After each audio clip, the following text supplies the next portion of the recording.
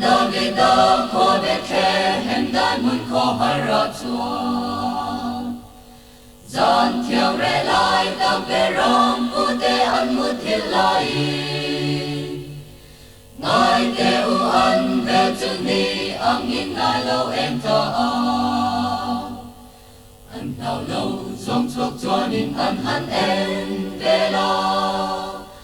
Và nàng ngel thiang lim seraph la ro quy sai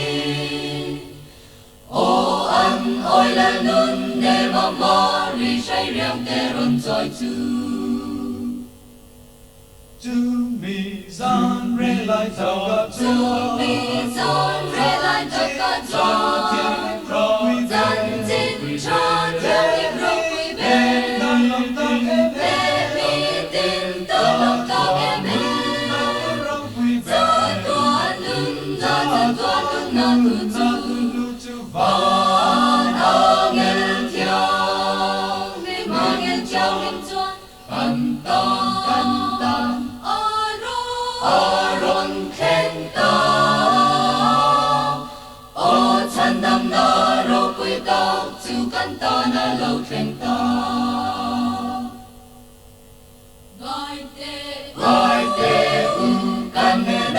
ba te kim kan hong ta pa pe in kan hong ta cha tuan rong re na ang ko kia at chuang amin a chuan ma ka rem ra tu a pathian cha ka cha tuan pa rem na lal am ti ang nam te u ngai ro u lal pathian in kan tan chan dam na aron khen ta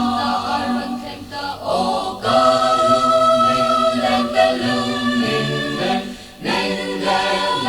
Davida ko